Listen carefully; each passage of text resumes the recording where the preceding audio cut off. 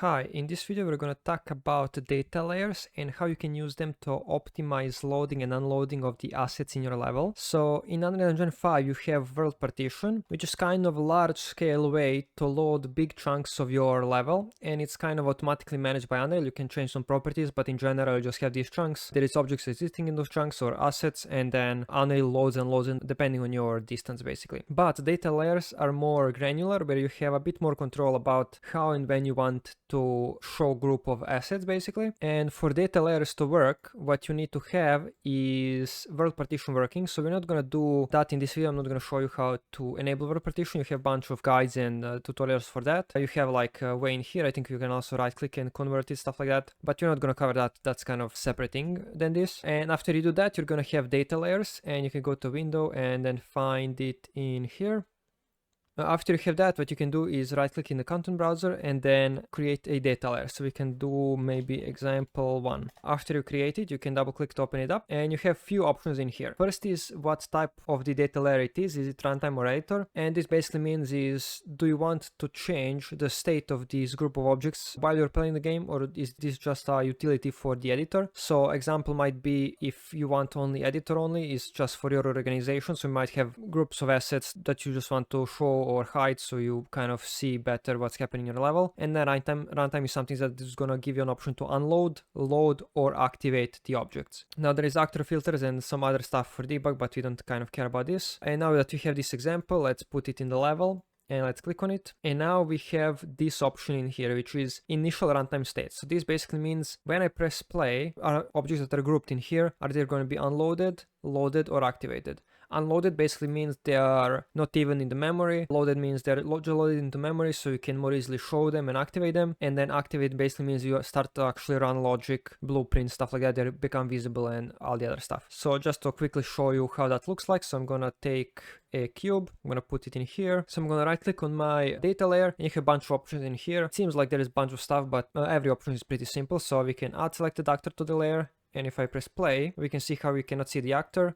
And if I do activated, now we can see it here. Also, if you do loaded, it's going to be invisible, because loaded means it's in the memory, but it's still not activated. And then you have few other editor options, and this is basically initially loaded, initially visible. This means when you go into this map in the editor, will it be visible right away or not? And then this is separate runtime thing. So for example, if you go in here and we change this to editor, you can see how this runtime option disappeared. This is just for your utility thing that you want to use it for. Let's go back to runtime. Now that we have this and hopefully kind of makes sense generally what's happening, you also have one last option, which is block on slow streaming. This basically means, do we want to block the main thread when we are loading our object? So if you have a huge scene and you have a data layer that has a bunch of stuff and it might freeze the game while it's loading, you can choose if you want to block it or just do it on some separate thread, so the player still has a smooth experience while it's loading in the background, which might take a little bit longer, but players not gonna have some stuttering and stuff like that. So let me now show you kind of practical example of how you can use it. Of course you can enable, disable, play with this however you want, but I'm just gonna show you one way basically. So I'm gonna click right click and then create an actor, and let's open it up. And for this setup, let's create another example. I'm gonna duplicate this and let's call it example 2. And for example 2, I'm gonna do something else in here. I'm gonna take this guy in here, I'm gonna move it back, maybe here. Let's also increase his size a little bit, and let's put it back here. Now that we have this other guy selected, you can see how my example 1 is highlighted. And the reason for this is because it's also in the example 1 data layer, because I copy paste or duplicated this one, but I want this one to be only on example 2, so I can now show you more options inside the right click. So if I right click in here, I can do a remove selected assets. Now it's not in example 1, and then we can add it to example 2.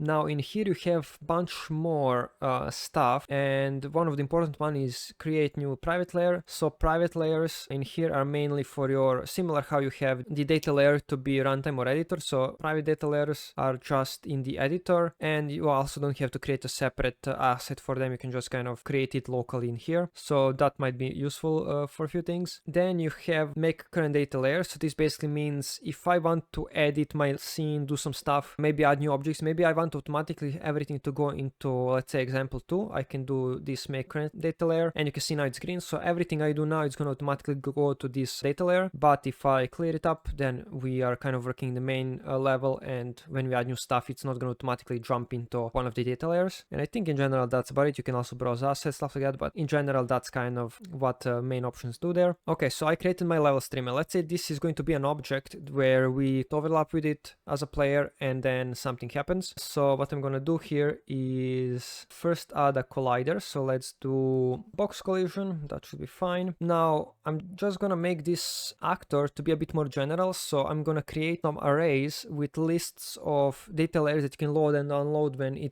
we begin or end overlap with this actor. Now, of course, you can set this up in many different ways, but this might be just kind of an interesting way that you can set this up. So I'm going to do begin overlap and then end overlap. And then what I'm going to do for variables, I'm going to type, I think it's data layer something something, data layer asset.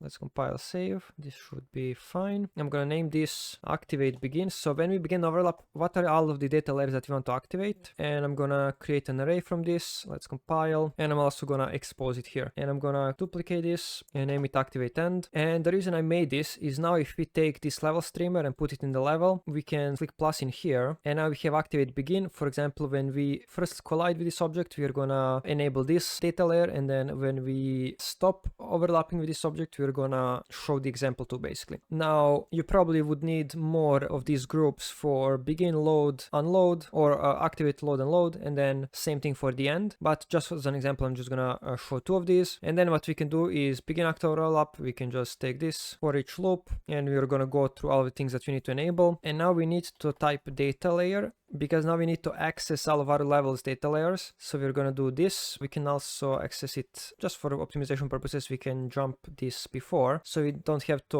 redo this function. So functions can be pure and impure, and this one is impure function, meaning when it's executed, this is going to be saved here, so you can call it multiple times. So if you did it in here, if you had more than one data layer in here, it's just going to be a little bit wasteful. So we're going to do this, and then we're going to type data layer, and in here we can see a bunch of options that we have available when we get our data layer manager. And what we're going to do is you can do set data layer instance, so a specific instance of the data layer, but we want to just set the whole asset to some other state, and we want to set it to activated. And you have this in is recursive, and what this basically means is for your data layers, you can also have them like this. You can have a hierarchy, so maybe this data layer activates this whole groups of data layers, so you can kind of do stuff like that, and you can say, okay, I wanted the whole hierarchy to be activated, for example. But for now we don't have to care about that. And we're going to do similar thing for our end overlap. Connect this here, and we're going to do activated for whatever is in this group. So we have stuff set up, and now what I'm going to do with this one is just scale it up a bit. And also what I want to do is change some options. So we have this collider. We're going to disable this overlap all dynamic. So we want to do custom here. We want to overlap only pawn. Also another thing I would want in here is hidden in game to disable this. Here line thickness, let's put it to 2. So this is basically the thickness of the lines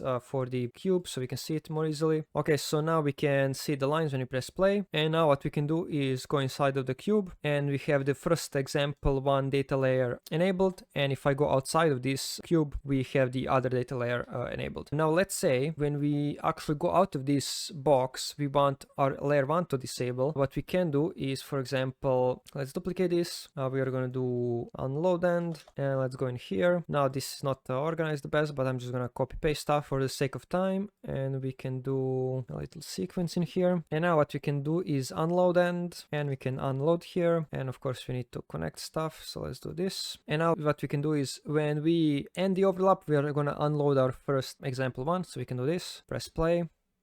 So we go inside, we load this, and then we go out and we unload the first one, load the second one. So you can imagine your level having maybe multiple rooms or parts, and then you can kind of use some system, for example this, to just place it all over the level and choose what you want to load, unload where, and stuff like that. For example, in one of my recent projects, what I did is created some a bit more basic, even simpler than this, object where I had boxes to where is the option? There is an option to basically I think it's maybe here. Generate overlap events during level streaming. So basically what I created is one simple object that just has, when a player actor overlaps with it, it's automatically going to activate groups of data layers, and it's going to happen when the game starts, when the initial loading starts. So that way I can detect basically where the player is spawned, so maybe because of the save games or stuff like that, and I can just say, okay, you're in this room, that means this hallway, the room, and then maybe this other thing need to be loaded, and I can then do this for each separate room. Code is actually simpler than what even we have in this. I basically have just one thing,